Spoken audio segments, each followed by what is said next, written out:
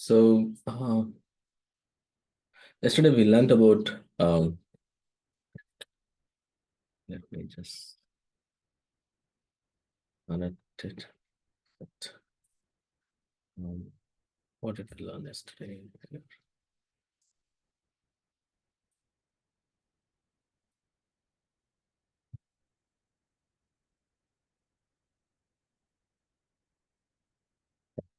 So yesterday we learned about prompt engineering. So that is like the uh, you can think of it as a language or a way to access what you want to achieve, right?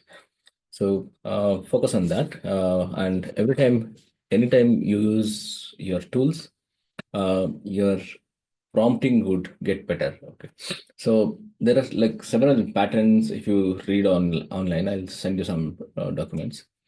There are several patterns, and then there are several strategies to ask prompts to get what you want.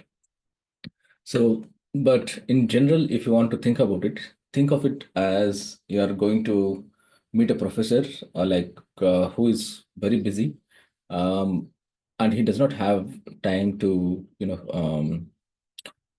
answer questions which are vague, because he needs to understand where are you coming from, and use his knowledge to give some answers which you actually require. So in that case, in real life, what you would do is you'll actually prepare to meet that professor, and then write down notes and then go and talk to him. Okay, so that is how you can think of prompt engineering, meeting a professor. So it's like people who are into journalism. So if you want to interview prime minister or chief minister or somebody like that, so you should be well prepared, right? So you should know what exactly you want to get out of it, and you should frame questions in such a way that you get things out of it. So you can, these are the real world examples of how you prepare yourself before asking something. So uh, parts of the prompt engineering was like, one is the task itself, and um, the role, constraints, and some examples. So this should give pretty good output.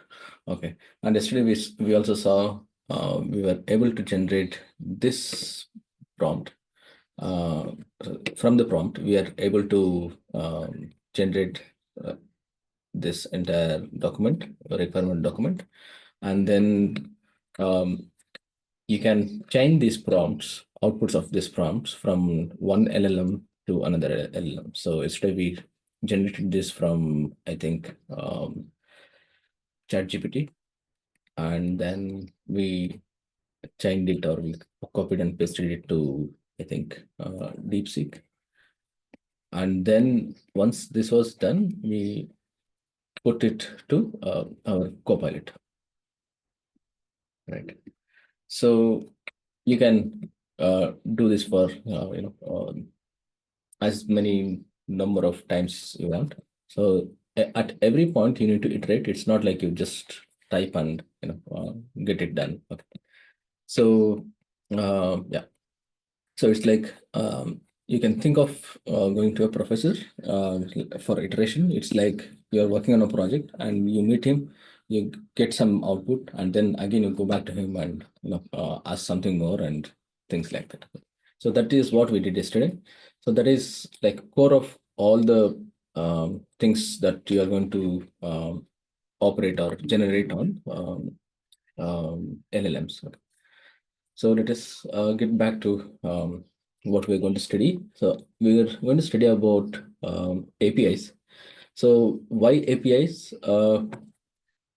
APIs are like very important. Why is it in programming? Is I'll give you the background and um, the history of API, so that you have the context and it helps you to appreciate and know and remember for long. So API is nothing but the full form of API is application programming interface. So what are interfaces in general is that, so we saw that we write a program, so some dot py, and then there are several programs. So if you have to like use one of the functionalities in another program, what you do is, if it is part of the same process or same program, you call functions, right? So what if on the same machine you have some programs which are written in different languages like C, C++, or even Java or something like that. So if you want to call the functions inside your Python, there are some libraries which can do that. So instead of doing function calls, you can do something else. So something else is like, if you think in a layman's terms, who is not a programmer, so probably will think that, okay, I'll dump the output of this program into a file, and then I'll um, ask these programs to read from a file. So this is not scalable for obvious reasons, because this is on the, like, you're dumping on a hard disk, and reading and formatting, and there is also like it's not if it's a big file, it will take a lot of time and so on. So this is in one computer. So all of this comes under, I was talking about IPCs, inter-process communication. So people started inventing new things as the this interprocess communication became complex and complex. Okay, so this is this is on your own computer. So what if you want to communicate to a different computer? Okay, so just this is your computer, and you want to talk to, you have another laptop, and you have some programs there as well, and you want to communicate with those programs.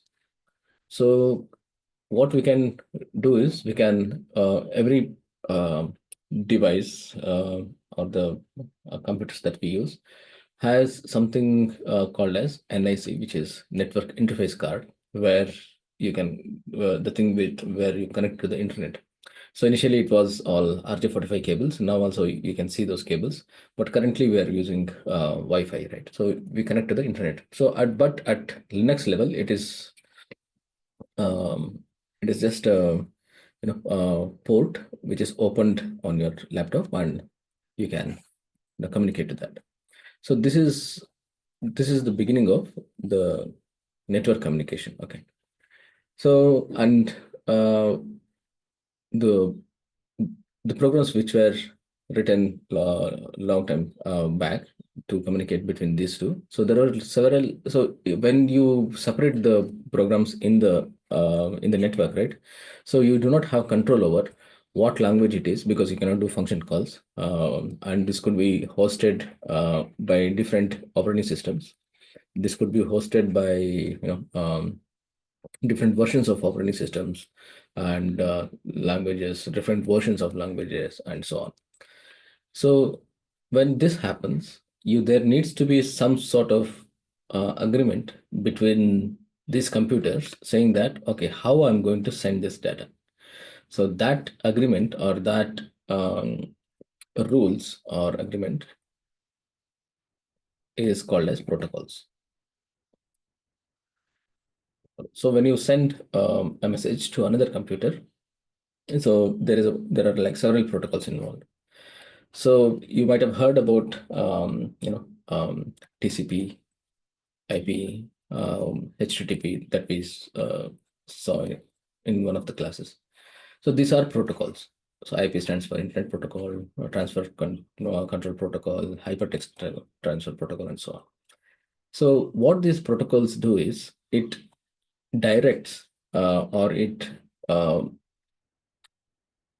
it has people have written documents for how, at a protocol level, um, there should be a communication. So that happens at this level where IP and hardware level.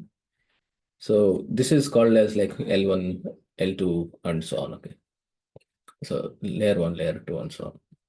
But the generic idea is, so you are plugging in your uh, network cable into the laptop or anywhere, and the data goes seamlessly, and you can open the web page and you can do a lot of things. So there are protocols written to transfer the files, for example, FTP, file transfer protocol. So, and then there are protocols written to log into another machine, which is Telnet and SSH and so on. So these are the protocols that enables us to do certain things regardless of these things, languages, OS, what sort of model it is. So we want to develop something, or we should be having a way where it is language agnostic, and agnostic in the sense it's independent of operating system, language, or any of the other dependencies that it may have. So that network communication solved that problem. Okay, so now, so there are like several years, and we formed the HTTP protocol, and then what happened within HTTP protocol was, so you can call functions as if you are calling functions in your own file, but there is different way. So that is what we discussed about universal resource locator, and it has different functionalities, right? Operations basically. So those operations are like you can get. So even on your hard disk, there are actually, I think, only few operations that you can do on your hard disk or your database. So if you just think about it, even on the notebook, you can do only this operation. One is you can read the data, and you can write the data. You can, within write, you have one more operation. It's called as updating data, and you can delete the data, right?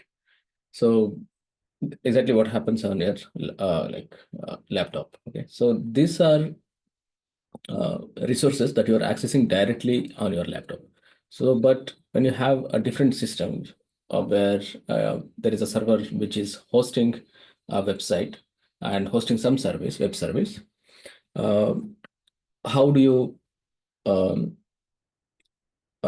make sure that these operations are supported? So that protocol talks about, the HTTP protocol talks about some of the operations. One is get, which is same as read, and there is post, is to write something, and there is like patch, and you can also delete a resource. So there are several other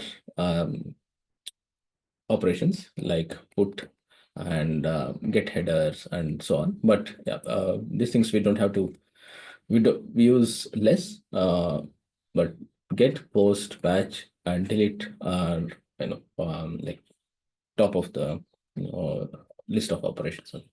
So these things you should know. So uh, we are trying to translate the operations which we are doing on hard disk or database uh, using network protocols. So that is the overall aim here. Okay, let me clear the drawings. And what does an API mean? So, so So now you understood that there are several interfaces, right? Function itself is a interface. So when you write program in Java, and you define two classes, and then there is an interface. So it's called as an interface. So all these terminologies come from the basic necessity that you need to be able to communicate with one process um, using another process. It's not human to process communication, it's process to process communication. So even if when you are human, so there is some program which is interfacing like terminal or website or something else. So that is the interface. Okay, so application programmable interface is what is it? API. Okay. So on HTTP, so you can send any data. So when you click on any website, so you're fetching some data from another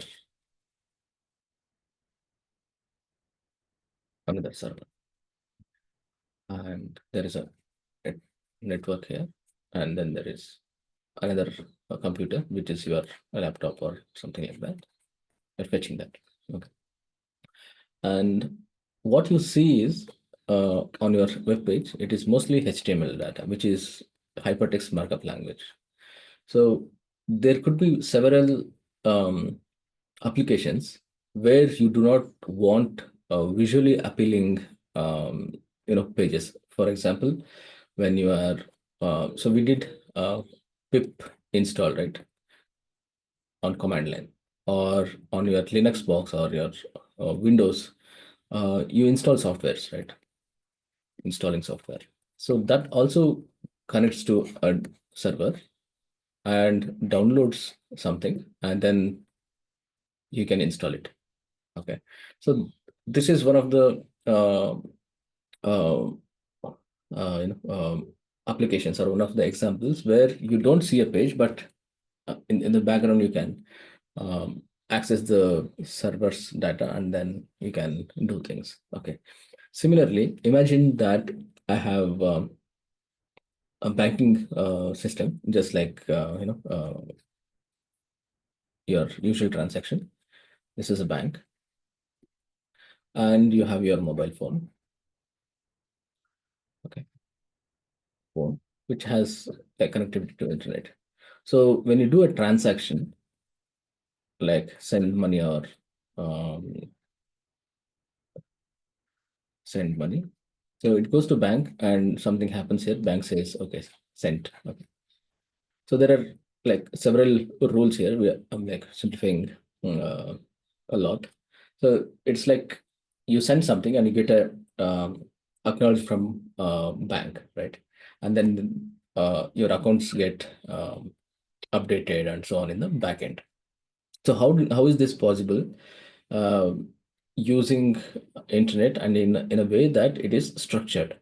So probably when I send money, these are the attributes that I would have to send to the bank. So for example, and there is another receiver probably who receives the money and so on. But let us just focus on this part. So what are the attributes that uh, goes into while sending the money? So okay, just the basic attributes. One is you need an account number. You want to There is a money involved, like some number, and you also want to know what is it, what sort of transaction it is. Like, okay, if you are sending money, it is like let us call it as debit from your account. On the other side, it becomes credit. So this is the operation, type of operation of type. Okay. And then you also have the receiver's account number, or the receiver's phone number, which is linked to account number. So let us simplify it and put it as account number. So these are the attributes that you're going to send. So there is like, this is basic attributes. There are like several hidden attributes, such as security stuff like certificates. There are timers and fingerprints and so on. Okay, but let's not worry about that. So how do you send these attributes so that this banking system? So you should remember that when you buy a phone, or when bank develops a software, it's always changing. For example, you may use Paytm, you may use Google Pay, you may use the bank application and so on. But at bank end side, uh, it works seamlessly. So how is it possible? So it is possible because of these APIs, so well-defined APIs. So these APIs can take in attributes and send it to backend and ask it. So backend will take those attributes, and looking at what sort of operation it is, it will start doing its work. So this is a bank server. And how do you send an attribute? So we learned about structured uh, data, right? So structured data. So one of them was JSON. So this is most popular in terms of structured data. But there are other types of object notations as well, like XML, HTML itself, and so on. But JSON and there is also called something called as YAML and so on. You can read on Wikipedia or somewhere, but let us just stick to JSON because we are just familiar about it. So how would I send data using JSON, right? So I would have some attributes like this. Let's say account number, and then you have some number, 1, 2, 3, some number, and then you have operation type and so on. Okay, and so when you send this data, so if you imagine from your if you are developing an application like that, so you have a dictionary, and then from that dictionary you are uh, making that dictionary to go over the network. So using the request library, probably you will do a post request because you are doing something with these attributes. So this particular part where we send the data, right? This particular part, this is specific to the application. This is called as body of that API request. And there are several other parts such as headers. So we saw in one of the classes, right? So I right clicked and went into like inspect element and saw the network. Okay.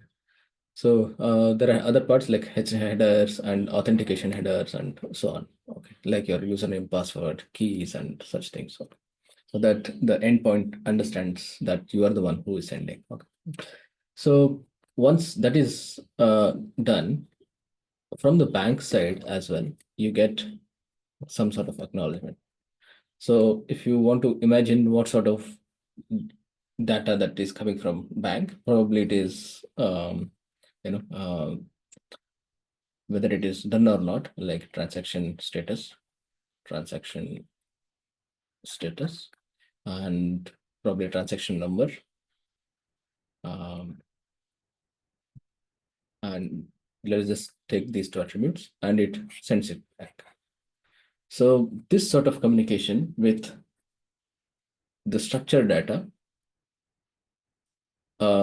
is possible because on HTTP protocol, you are building an application, backend application, which has this sort of structure using the operations of HTTP. So this is not a protocol itself. So this is just a payload. Payload is in the sense that it's like you're sending a parcel to somebody else, some of your friends. You take an object, and object is a payload. But there are other things that is part of the parcel, right? For example, the wrapper itself, the address, and packing stickers and so on, the stamp and things like that. So these are which are not required for your friend, but those are required for somebody who wants to transport these things, right? So that is what is like headers. Okay. So let us take a look at what is an API now, and then we will try to do some operation using Python, and then you'll understand these things will get connected. Let me clear this. So we've already seen fetching HTML. We will see this. Let us try to fetch weather data from API. So let me get and weather API. Where is so we were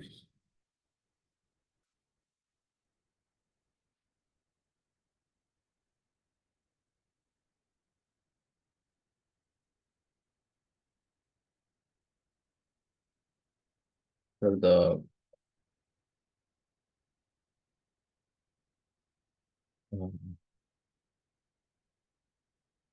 so just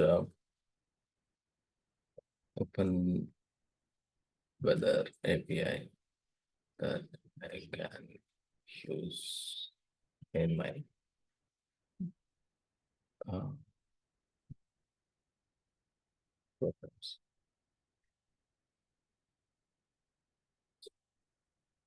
So I'm aware of some APIs, but let us try to look at this. So I'll just click on this and it is opening a link. So there are, so what we're trying to do is we are trying to get data, weather data using an API. So how does weather API get to know the weather data is that they have like uh, they have some ways like probably satellites, your research institutes and all these things. So they pull up the data, those processes, and then they maintain the data, and then from that data you can access live. Okay, so you can see that this is this number of API calls are free. So after that you'll have to pay for that. Okay, so let us just get into this, and let me just sign in, create an account.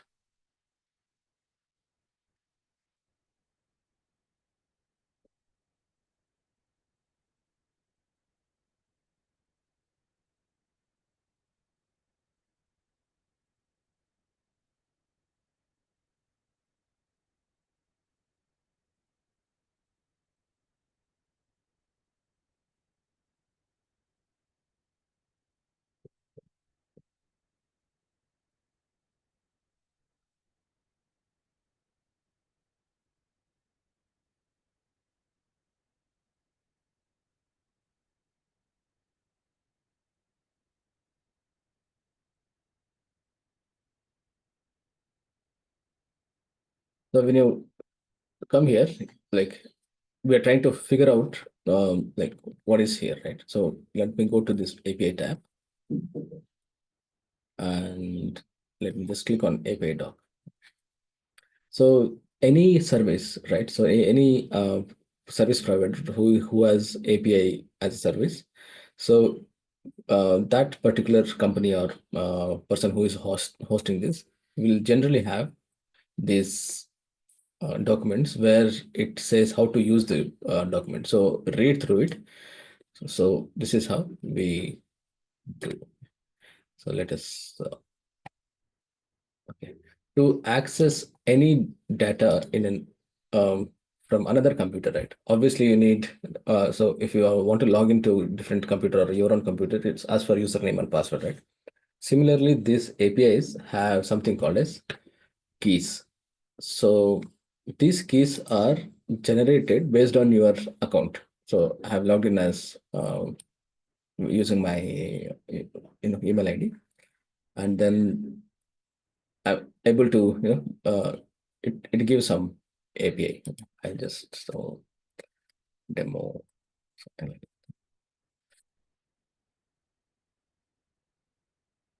So it's already there. I'm just I'll just copy this, copy the key. Okay. So this key is just like key for your home to access the data.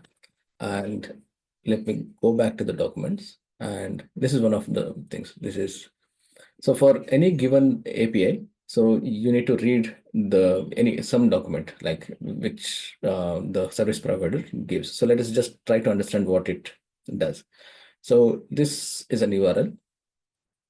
So it takes in some parameters. The orange ones you are seeing here are the parameters which you can send. So this is latitude, longitude, and then there is some exclude parameters. Like you can, these are the parameters which you can exclude. So this is an optional parameter. So let us just look at other parameters, units, and things like this. Okay. So let us take this, copy this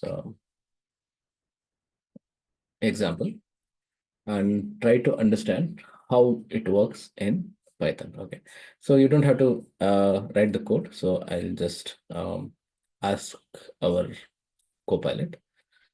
So let me ask. So below is the API to fetch data. Okay, and then API key is, so whatever we generated just now. Let me copy this.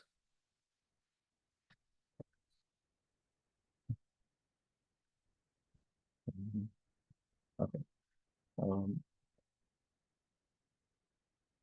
Write a function which fetches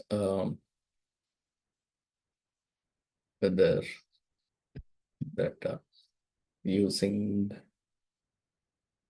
both API.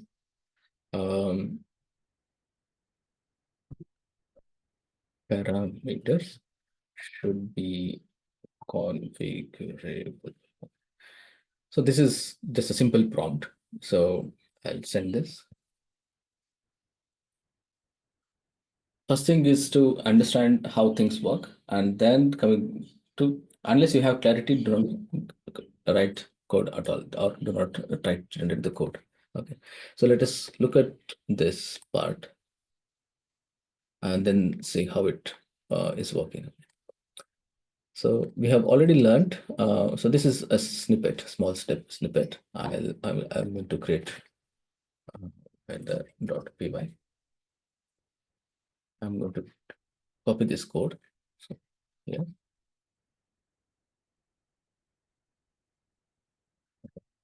So as you already know, let us just look at this program and understand the parts of the program, and then we will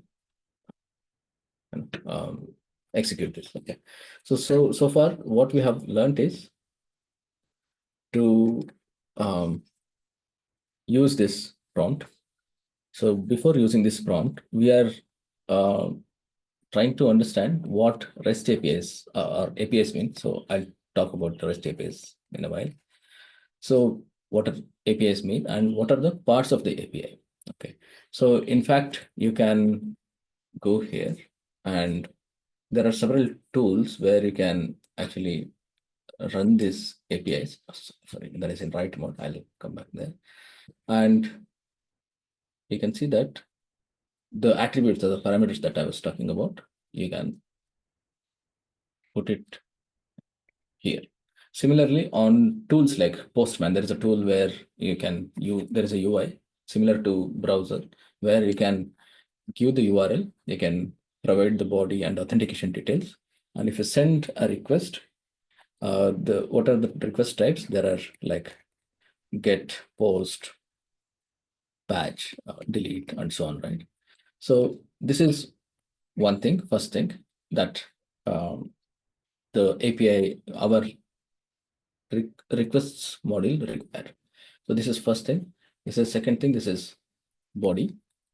And then you can see that this part is where we are actually sending the data or asking, trying to connect to the server. Which server? This server. Open weather map. And that has an API hosted there. So this is the API. So the complete URL is called as API. This part is called as an endpoint. And so why it is called as an endpoint? Because that is the point where you can do some operations, these operations. So yeah, just to using this program, if you want to revise what we studied. So this is your import, or this is like referencing some, trying to download or not download, trying to bring the context or the programs that is written inside this. So this is import, and this is a function. You can see that it starts with def. Def is definition, and then there are parameters here, And soon after this colon, there is an indent, and you can see this part, which is a string, uh, complete part, a string, which is nothing but this is a multi-line string. Okay, multi-line string. So when you put a multi-line string just below the function name, where you're defining the function, it becomes document, or it is called as doc string. Doc string. Okay. So the usefulness of this doc string is, one is it's also a document for yourself. Another is if you make this as a part of library, so when other people use your function, it will serve as document, like how to use this function. Okay, just like we saw API documentation here. Yeah, in this tab. I'm in write mode, so I cannot click on the tab. But yeah, API documentation. This is documentation for a given function, and these are your variables. And I think day before yesterday we looked at this try and except block. So the programmer, as a programmer, I think that this particular part, maybe it will lead to some problem. So I need to handle that part. Okay. So this is exception block. The entire thing is an exception block, and this is a, you can see that this exception is defined in requests library, so which we have imported at the beginning. So yeah, this is how the program structure looks like. And now you should be aware of this. So this is nothing but if you're running this program on like you're triggering this function file, which is a module. So if you're directly using Python weather.py, so execute this part. Okay. So what this helps is if you import weather, you don't have to use .py weather in some other file, say in your project, some file, xyz.py. So when you import weather, these things does not get automatically executed. So this is a block which helps us to do that. Okay. So that is how you try to understand the program once you have generated the program. So just take a look at it, glance the program, and then you can, if you don't understand something, just select it and then ask Copilot to explain it. It will explain. Okay. But once you have generated, it's always better to analyze or just take a look at what this is exactly what you want. Okay, this is some latitude and longitude. I don't know which place it is. So what we have done is, you can see I have taken example and asked it to parameterize. Okay, so in this example, what I was asking, so the parameters are already like uh, put here already, but I have asked ChatGPT to parameterize it. Okay, so I have given an example, and then it does the good not ChatGPT, sorry, Copilot, to it understands what I'm doing and it gives this. Let us try to execute this and see what happens. Saved it. Yeah, you can see that it is giving some error here. So it is most probably something is you know um, something is wrong. So one of the uh, obvious things that we can see is, so most probably this particular API key could be wrong. So that is what it is saying, unauthorized for this particular URL. So this is one of the status code. We have looked at status code 200, and you're getting some return value from that API, but that return value has some errors. So that thing is you know um, that thing is like told or by this particular status code. Okay, so there are several status code. One of these status code is 401. 401 is where you there is a resource like 404 is like resource unavailable, right? So 401 is resource is available, but you are unable to access it. You do not have enough permission to access that. So let me ask ChatGPT. Uh, s- uh, Now we know the problem, but just to get used to this, how to debug programs. Okay. Getting this error, how to fix.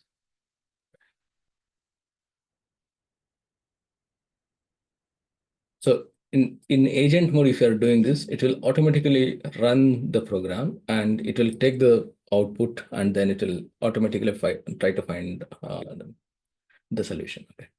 So this particular problem, what we are facing, it is very specific to the user uh, the program that we are writing, right? So that is because no matter what it tries to fix, this particular API needs to be very unique, right? So even uh, if you fix this problem, it is not a compiler problem or anything like that. It's not even a programmatic error. It is error which is specific for access. So obviously this particular key is wrong. Let us try to see what we can do with that. API, we go here, generate key. Um,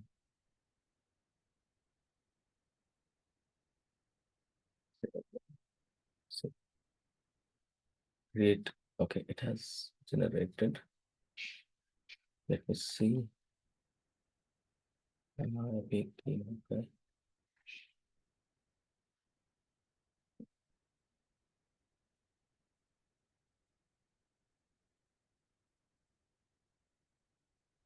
So let us take this key and try to access. Or maybe it is, okay, I have not confirmed my email, probably, most probably.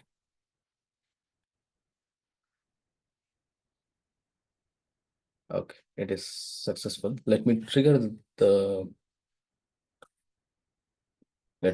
this again. Let's see what failed to fetch again. Okay, let's have already copied. Okay. Um, Try to use this key instead. Let's see if it works.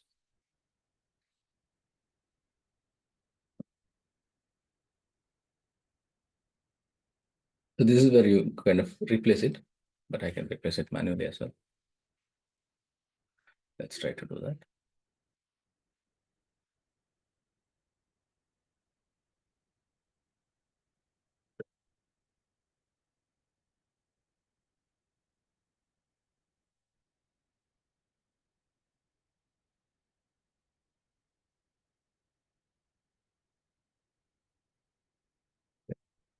Still, there is some problem. API ID. So this is client error unauthorized error.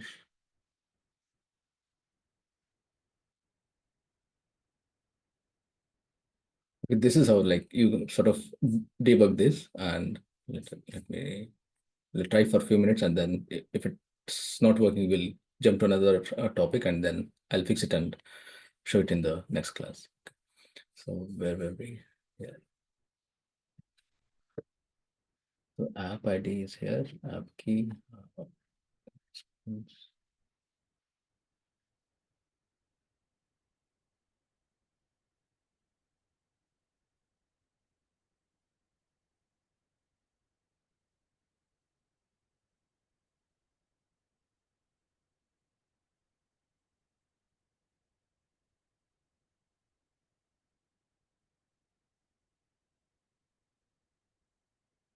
Is it base plan calls per day?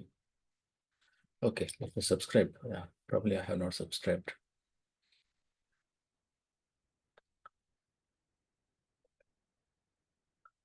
Okay, it's asking for what.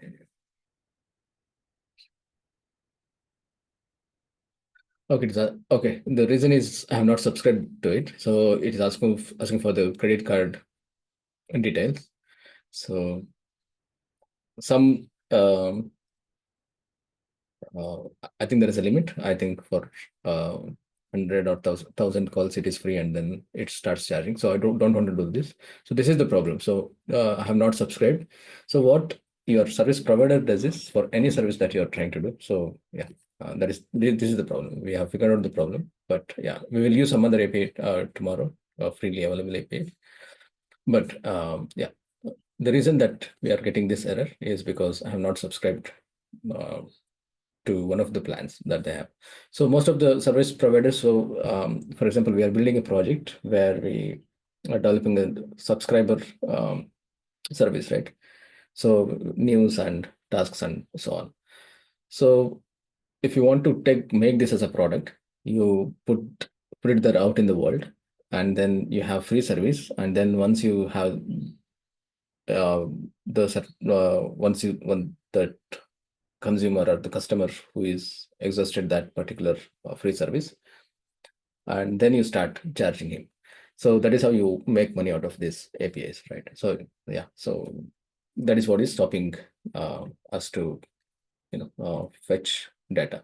But for in terms of conceptual purpose, we have already achieved what we want to achieve, in the sense that we want to learn about APIs. So we learned about what are the parts of the API in general, and how to send those parameters using request library.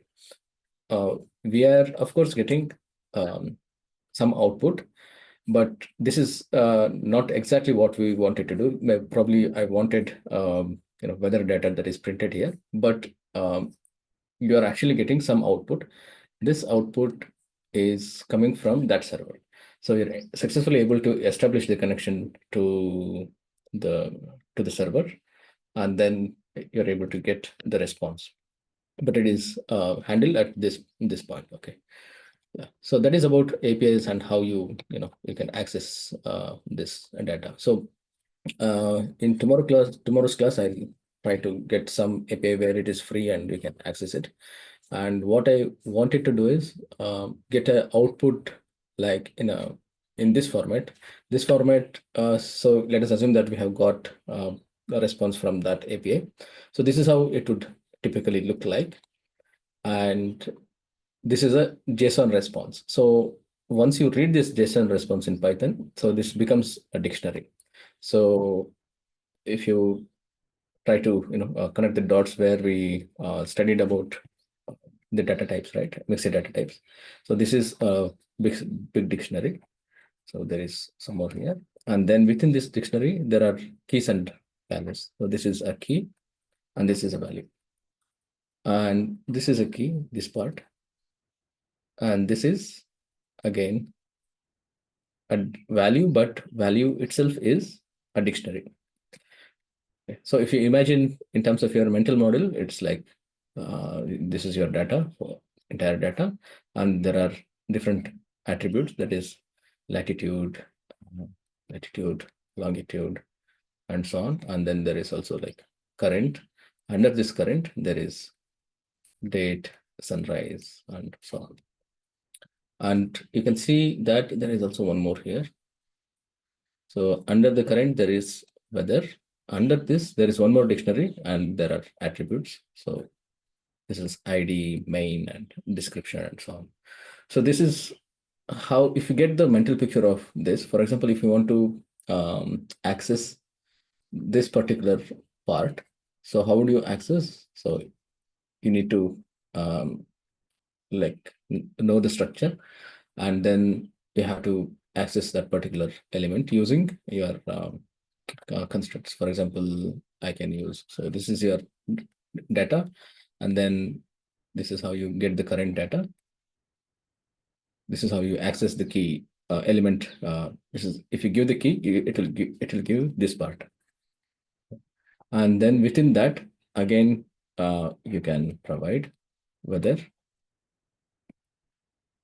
So that is where you get this dictionary. So within that again, if you go description, you'll get this. You will be able to access this particular attribute directly. So D, and then you have like 3 levels. So here it current, weather, and description. Yeah, I'll try to get some other API, free API, where we can get this sort of a data, and then we will integrate with news. So we will fix news as well, and then we will get the. Now we have got 2 things, news and weather. We know how to fetch these 2 data. This is using scraping. So I'll find some news website where you can fetch it without much hassle, because Times of India, as we saw, it has a lot of layers and things like that, and you need to understand the structure. So I'll find out some news um, channel or news website where you can easily read it. So there are API services as well for news, but I wanted to show 2 things. One is how you can scrape the website. So this is not API. So internally it might use API, but this is like you're fetching your HTML page. So HTML, when you get a HTML page, it's used for browsers.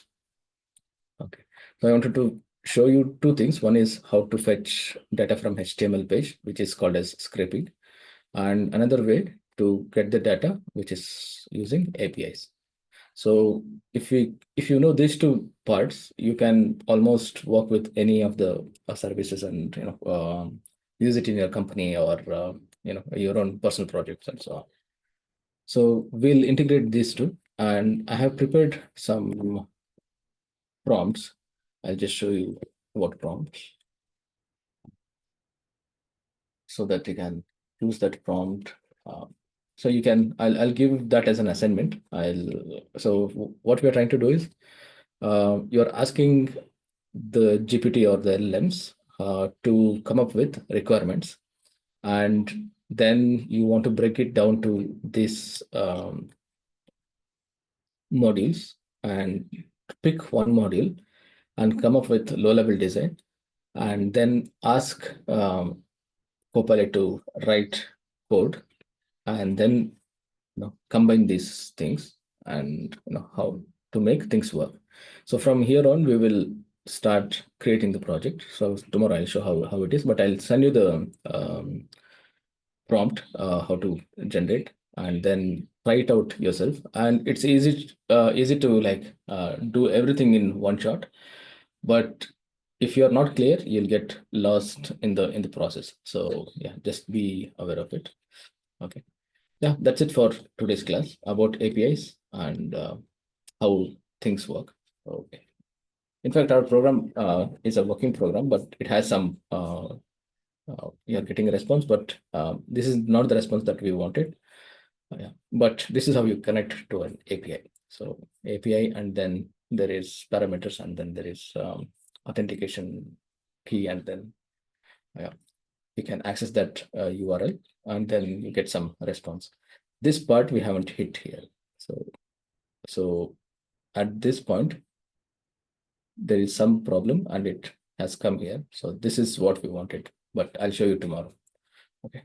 Yeah, thanks for attending class. And then if you have any questions, if you have any problems while executing assignments, or if you have developed any prompts that is not working according to you, just please feel free to share that, so that I can help you out and utilize this bootcamp for trying out and clarifying as much as possible. Yeah, thank you. Yeah, have a great day. See ya.